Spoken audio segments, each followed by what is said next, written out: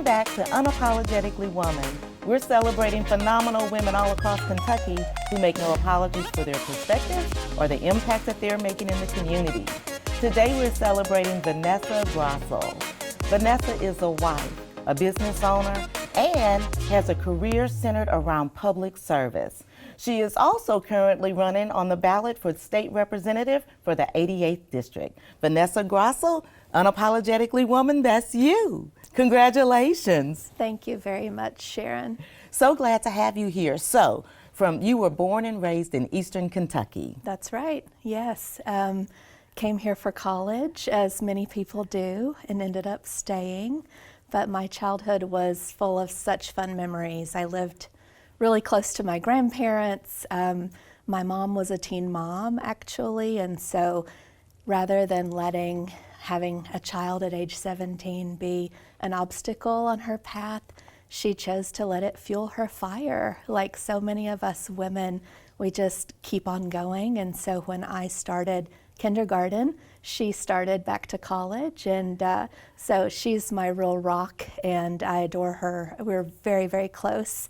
But a lot of the things that I'm doing now in my life, I look to her as the person that propels me forward still. What kind of influence did she have on you? Because she was a public school teacher and you've worked so much in education. That's right, yes. I just remember her always having a carload full of books, supplies, materials, and thinking, I don't know if I want that to be me. But the apple didn't fall far from the tree, and so when I finished my master's degree, I actually got a job teaching over in Japan and did that for 5 years. Oh, wow. And it was a really neat opportunity. I was teaching in Georgetown's sister city, and so I'm very involved in the sister cities movement here in Kentucky and Lexington as well. But a wonderful opportunity there. Ended up working at the U.S. Embassy for a bit there, and then came back and got a job teaching with the Fayette County Public Schools. So I taught Japanese here in Fayette County for about 4 years, and enjoyed every minute of it. Realized that kids need so much love and so much mentorship and just another adult voice and presence in their life to support them. And so even though I'm not teaching currently, my mom has gone on to be superintendent in Eastern Kentucky, where I'm from. I'm super proud of her.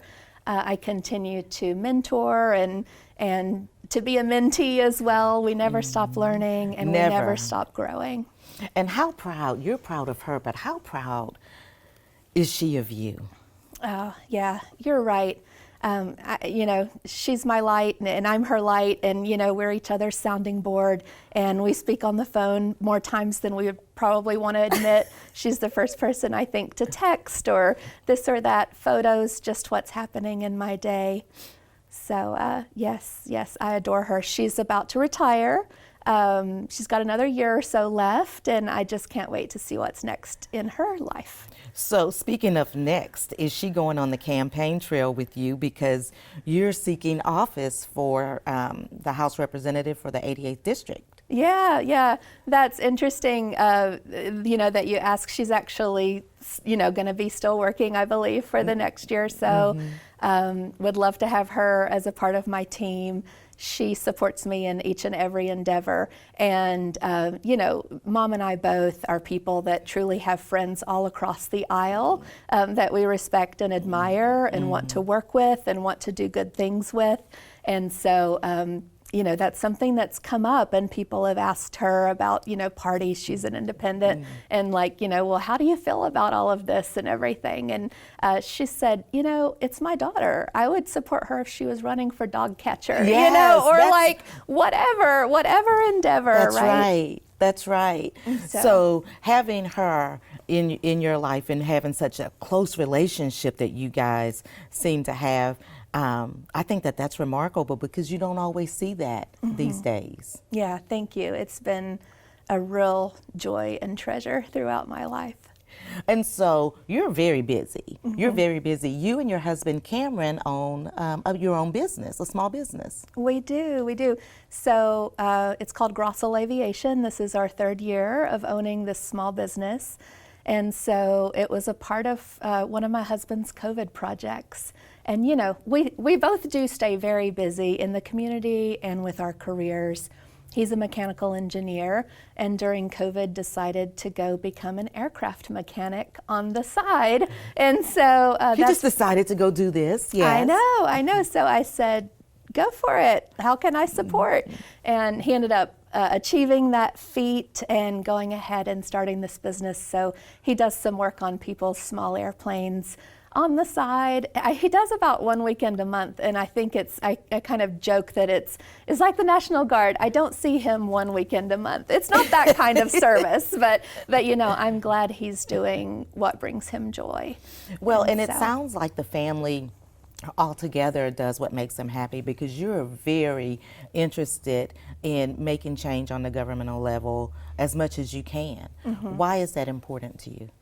Well, I've always been a government nerd and a kind of a policy nerd. And so I got my start here in Fayette County working in local government. I worked for 4 years under Mayors Gray and Gordon.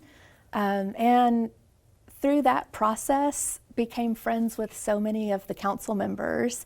And, you know, it was fun to just strategize together and look at what other cities and states are doing and how we can make Lexington a better place for everyone to live, work, and play and thrive and live that American dream that my husband and I have gotten to live.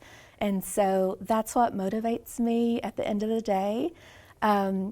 I went on from that role to work at the Council of State Governments, which is headquartered nationally right here in Lexington. Mm-hmm.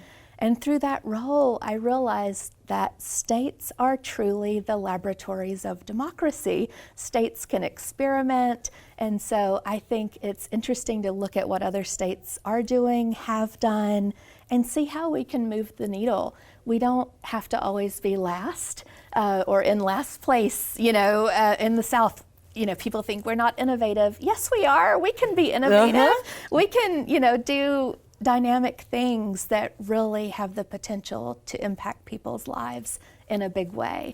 And so I want to be a decision maker at that table, you know, just a smart person that works hard and has a lot of will to want to do the right thing.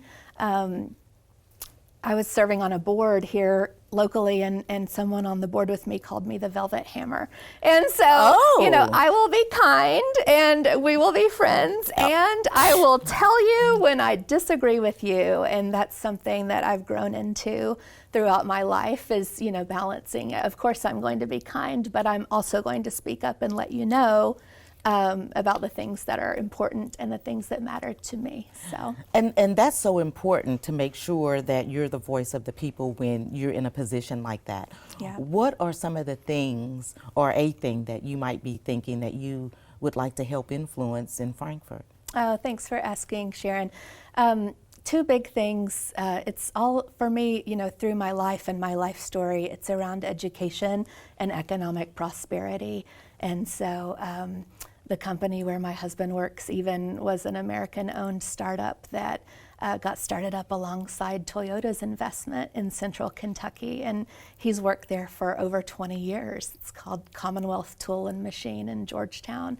And so I would love to see us, of course, support our teachers and our public school employees, and also really figure out how we can have greater outcomes, because 45% reading proficiency by the third grade is just not enough. And we've got to find out how we can inch that up so that we can have workers who companies want to invest in and want to come to the Bluegrass and build here and pay those higher wages, so that we can all prosper and live our version of the American dream right here in Kentucky. Well, and I like the way that you are inclusive of everybody, so that everybody has a place and everybody feels that they belong in Kentucky. Yeah, absolutely. And you know, I think finding pathways for folks from outside of our Golden Triangle. You know, we often refer to the Golden Triangle as Cincinnati, Louisville, and Lexington, to feel like they have a place in that and that they can latch onto that as well. I know many people that travel the Mountain Parkway for some of these high-paying career opportunities, and so would love for us as a state to leverage some of the workforce that we have in the state and be able to bring those folks into the fold to prosper for their families as well. Well, because we have a lot of phenomenal people that live in the state of Kentucky and doing everything that we can to be stronger and better, and, you know, overall it's a lot of work, but it's so worthwhile. Yeah, absolutely agree with you on that. You know, we earn about $20,000 median average income less than other states. Now I'll draw the line right there. Really? Yes, yes, and it is not something that I'm proud of, and I know that we can do better than that. Wow. That's as a household, yes. And so you've really been putting some work in to make things so that you can look at data. Yeah. You work at a software company. You want to tell us about that? Yeah, absolutely. You know, my passion is in service and public service. It's been my whole career. And about a year ago, I jumped off and took my first role in the private sector, working for a software company out of Florida. I'm now at a different company, but both have been education focused. And so sticking with my passion and following this pursuit. But at the same time, while I find it fun, they're both startups, one from 2014, one from 2016. We're kind of building the plane while we fly it. It's really neat opportunity to see how you build things and how these companies grow and expand. I'm working in 5 states in the South in my current role. But, you know, at the same time, I missed that local aspect, and I think that's part of why I've decided that the time is right for me to go ahead and run for office, because, you know, I am working in other states and I am building community elsewhere, but at the end of the day, the people that I want to serve are right here in Central Kentucky. So wow, that's so impressive. And so everything that you've done, all of the different steps that you've taken, you've gone to college, you've been a teacher, you've done all of these different things, and now you're getting ready. Would you call this a big step for you, or when you think about running for office, how does that feel to you? Yeah, thanks for asking. It feels like a big step outside my comfort zone. I tell people I'm good one-on-one and talking with voters on their doorstep, but I'm not a public speaker yet, you know? and people do fear public speaking, and they fear so many things. I decided that it's now or never. I need to step into this uncomfortable zone so that I can overcome some of my own fears. At the end of the day, I don't want to look back and say that's what held me back. It was all internal, right? And so throughout. Why do you think we let fear stop us from doing so many things?